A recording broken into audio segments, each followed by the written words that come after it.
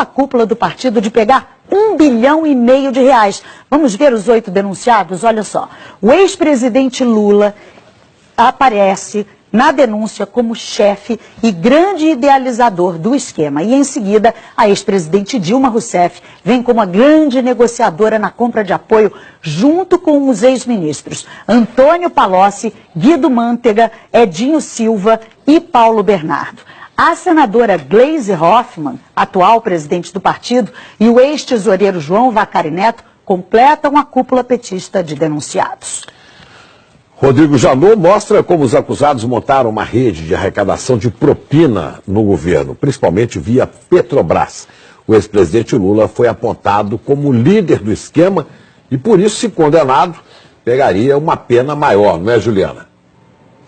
Chico, a Ana Luísa mostrou aí todos os nomes dessa nova denúncia, né? E para o Procurador-Geral da República, Lula foi o grande idealizador dessa organização criminosa. O Ministério Público somou pagamentos de vantagens indevidas a Lula de R$230 milhões por suposto favorecimento às empreiteiras Odebrecht e OAS. A denúncia analisou o esquema desde 2002. A cúpula do PT cometeu, pelo menos durante 14 anos, crimes contra a administração pública, segundo o Procurador-Geral da República. Na denúncia, ele fala que o esquema envolveu órgãos como Petrobras, BNDES e Ministério do Planejamento, e que o esquema permitiu que os 8 petistas recebessem de propina quase R$1,5 bilhão. O procurador diz que só na Petrobras o prejuízo gerado foi de pelo menos R$29 bilhões. O documento fala que Lula foi um dos responsáveis pela constituição da organização e pelo desenho do sistema de arrecadação de propina, seja porque na qualidade de presidente da República por 8 anos, atuou diretamente na negociação espúria em torno da nomeação de cargos públicos com a intenção de obter de forma indevida o apoio político necessário junto ao PP, Partido Progressista, e ao PMDB, para que seus interesses e do seu grupo político fossem acolhidos no Congresso Nacional. O procurador diz ainda, no lugar de negociações políticas, temos negociatas ilícitas, nas quais a moeda de troca não era simplesmente divisão de poder para governar, mas sim a compra de apoio político com a utilização de dinheiro público.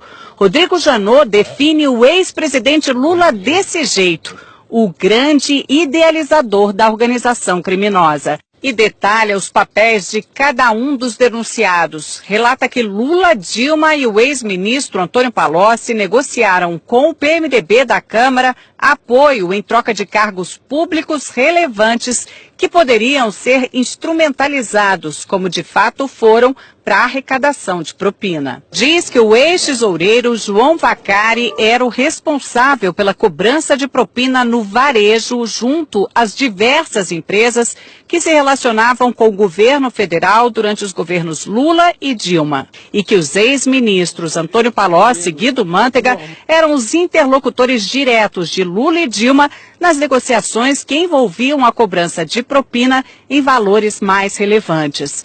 A senadora e hoje presidente nacional do PT, Gleisi Hoffmann, e o ex-ministro Paulo Bernardo, segundo a denúncia, não apenas davam suporte ao esquema ilícito montado, como também operaram diretamente a cobrança de propina no Ministério do Planejamento.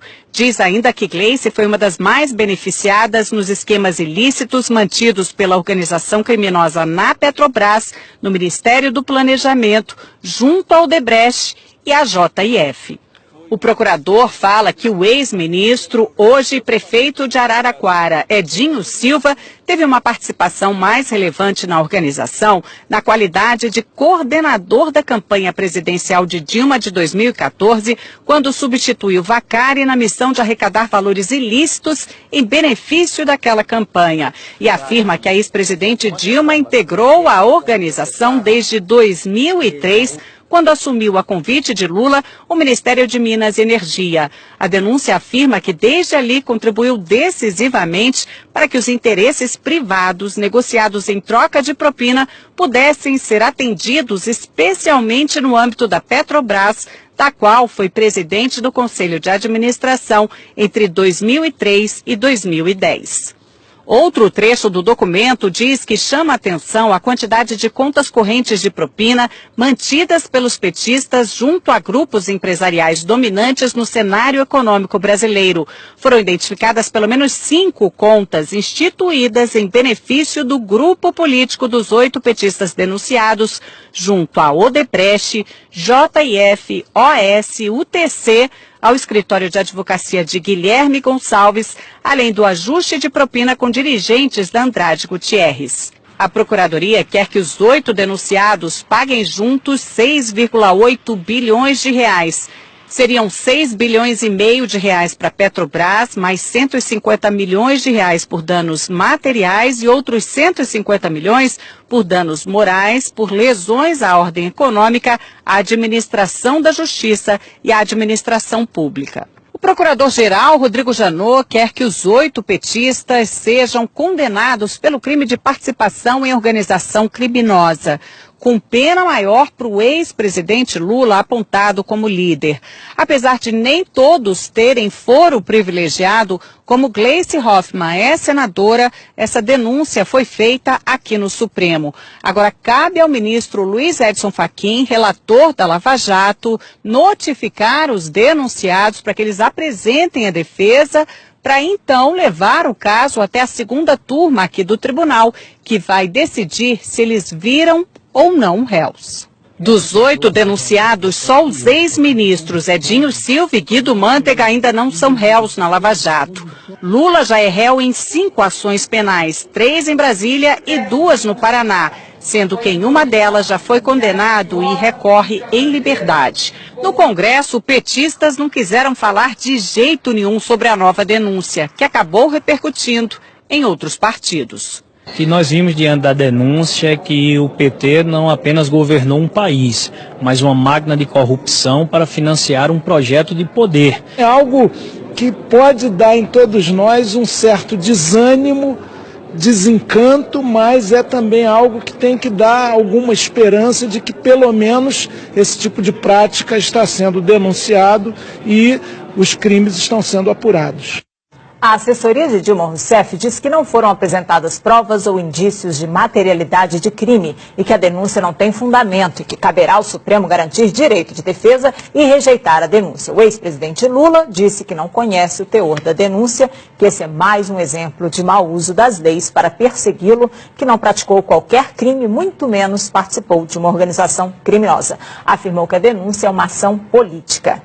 A defesa de Paulo Bernardo afirmou que não teve conhecimento da denúncia. Gleice Hoffmann afirmou que a denúncia não tem qualquer fundamento. A defesa de João Vacari Neto declarou que a denúncia é totalmente improcedente.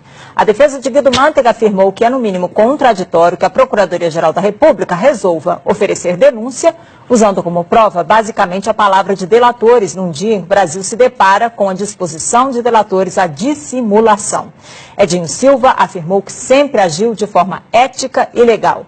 A defesa de Antônio Palocci não quis se manifestar. Ana, Chico.